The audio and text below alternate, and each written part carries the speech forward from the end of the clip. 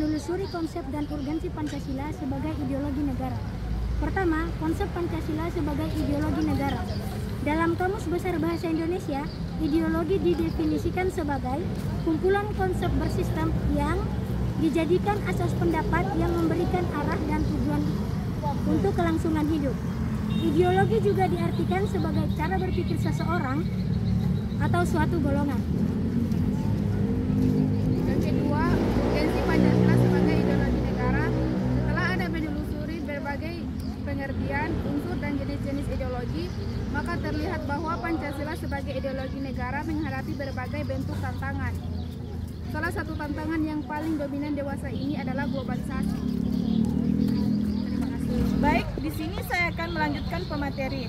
Bagian B, menanyakan alasan diperlukannya kajian Pancasila sebagai ideologi negara. 1. Warga negara memahami dan melaksanakan Pancasila sebagai ideologi negara. Sebagai warga negara, Anda perlu memahami kedudukan Pancasila sebagai ideologi negara. Karena ideologi Pancasila menghadapi tantangan dari berbagai ideologi dunia dalam keduniaan global. Pada bagian ini perlu diidentifikasikan unsur-unsur yang mengaruhi ideologi Pancasila sebagai berikut, yaitu A. Unsur ateisme yang terdapat dalam ideologi Marxisme atau komunisme bertanggung dengan sila ketuhanan yang Maha Esa. Bagian B.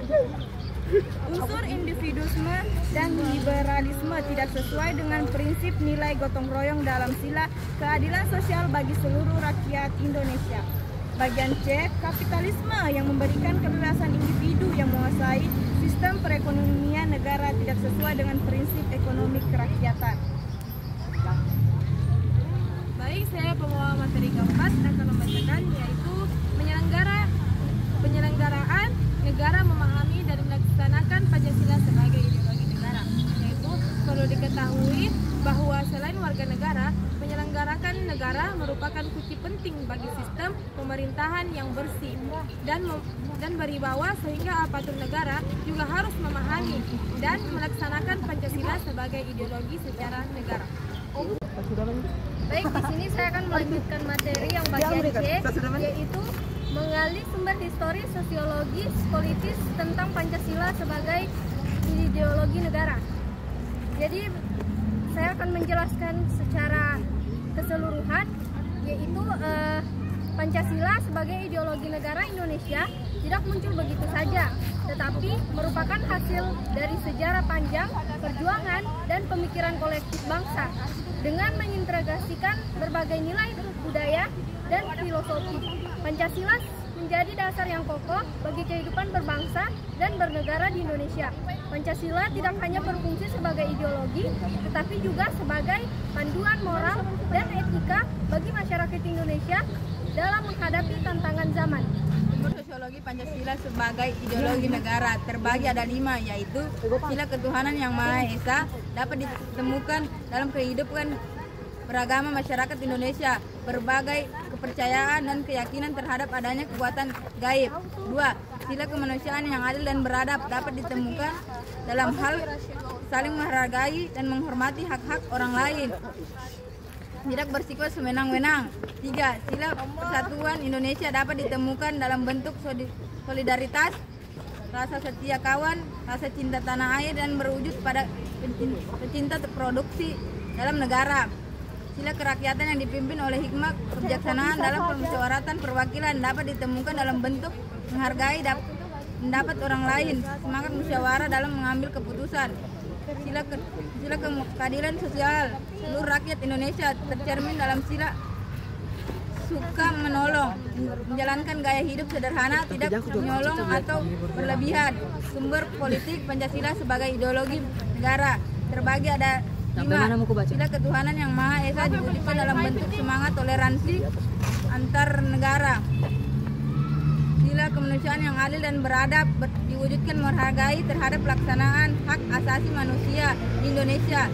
Sila persatuan Indonesia diwujudkan dalam pendahuluan kepentingan bangsa dan negara daripada kepentingan kelompok atau golongan termasuk partai. Sila kerakyatan yang dipimpin oleh hikmah kebijaksanaan dalam musyawaratan perwakilan diwujudkan dalam mendahului pengambilan keputusan berdasarkan musyawarah daripada voting. Baik, saya pemateri ketujuh yang akan melanjutkan materi dari teman-teman saya sampaikan tadi. Yang dimana di sini saya akan memaparkan materi bagian D, yang dimana membangun argumen tentang dinamika dan tantangan Pancasila sebagai ideologi negara. Yang pertama, argumen tentang dinamika Pancasila sebagai ideologi negara. Dinamika Pancasila sebagai ideologi negara dalam sejarah bangsa Indonesia memperlihatkan adanya pasang surut dalam pelaksanaan nilai-nilai Pancasila. Pancasila sebagai ideologi negara dalam masa pemerintahan Presiden Soekarno. Sebagaimana diketahui bahwa Soekarno termasuk salah seorang perumus Pancasila, bukan penggali dan memberi nama untuk dasar negara. Dalam hal ini, Soekarno memahami kedudukan Pancasila sebagai ideologi negara. Namun dalam perjalanan pemerintahannya, ideologi Pancasila mengalami pasang surut karena dicampur dengan ideologi komunisme dalam konsep Nasakop. Pancasila sebagai ideologi dalam masa pemerintahan Presiden Soeharto diletakkan pada kedudukan yang sangat kuat melalui TAP Majelis Permusyawaratan Rakyat nomor 2 tahun 1978. Baik, saya pemateri ke-8 yang akan melanjutkan materi daripada teman saya, yaitu bagian 2 yang tadi telah disampaikan, yang pernah tadi telah disampaikan oleh Selma Irustari. Bagian 2, argumen tentang terhadap Pancasila sebagai ideologi negara. Pada bagian ini akan ditemukan berbagai tantangan terhadap Pancasila sebagai ideologi negara, unsur-unsur yang pengaruh terhadap Pancasila.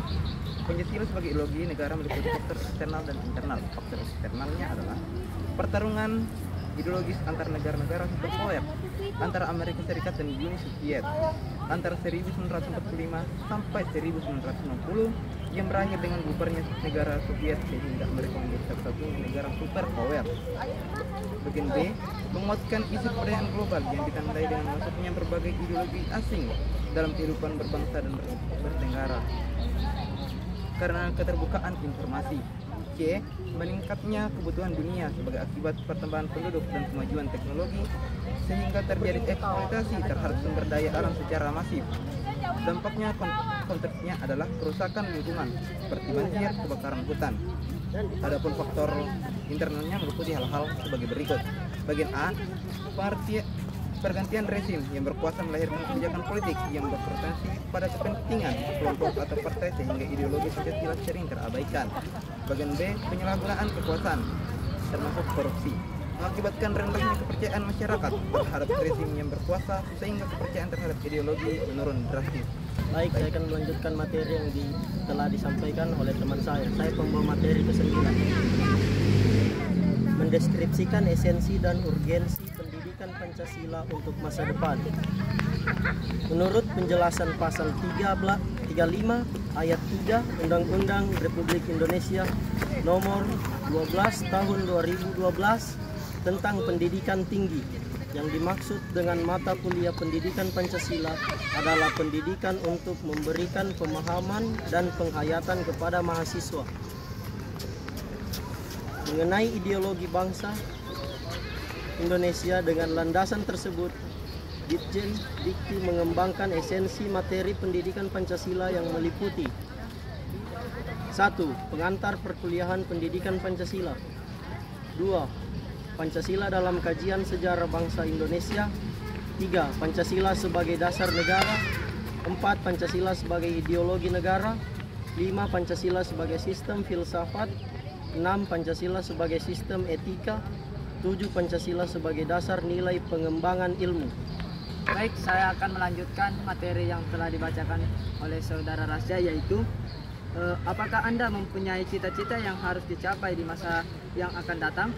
Hal tersebut menjadi suatu yang lumrah karena manusia selalu menginginkan suatu hal yang kemudian hari akan mempermudah dan menjadi batu pijakan agar kehidupannya menjadi bahagia, damai, dan sejahtera. Apakah Anda tahu warga negara seperti apa yang hendak dibentuk dari sistem pendidikan Indonesia saat ini? Anda pasti sedikit banyak mengetahui tentang hal ini. Dalam Undang-Undang Republik Indonesia nomor 20 tahun 2003 pasal 3 menegaskan bahwa pendidikan nasional berfungsi mengembangkan dan membentuk watak serta peradaban bangsa yang bermartabat dalam rangka mencerdaskan kehidupan bangsa. bertujuan untuk berkembangkan potensi peserta didik agar menjadi manusia yang beriman dan bertakwa kepada Tuhan Yang Maha Esa. Baiklah, di sini saya akan membacakan kesimpulan dari pemaparan materi yang telah teman-teman saya paparkan, di mana pentingnya Pancasila sebagai ideologi negara bagi mahasiswa adalah untuk memperlihatkan peran ideologi sebagai panutan moral dalam kehidupan bermasyarakat, berbangsa, dan bernegara, sehingga ancaman seperti terorisme, penyalahgunaan narkoba, serta korupsi dapat dicegah. Di samping itu, Pancasila sebagai ideologi negara pada hakikatnya mengandung dimensi realitas, idealitas, dan fleksibilitas yang mengandung nilai-nilai dan cita-cita serta pengungkapan sehingga keterbukaan sehingga mahasiswa mampu menerima kedudukan Pancasila secara akademis. Baik, itulah tadi hasil pemaparan materi dari kelompok kami. Bila ada salah datangnya dari kami, bila ada benarnya datangnya dari Allah Subhanahu wa Ta'ala.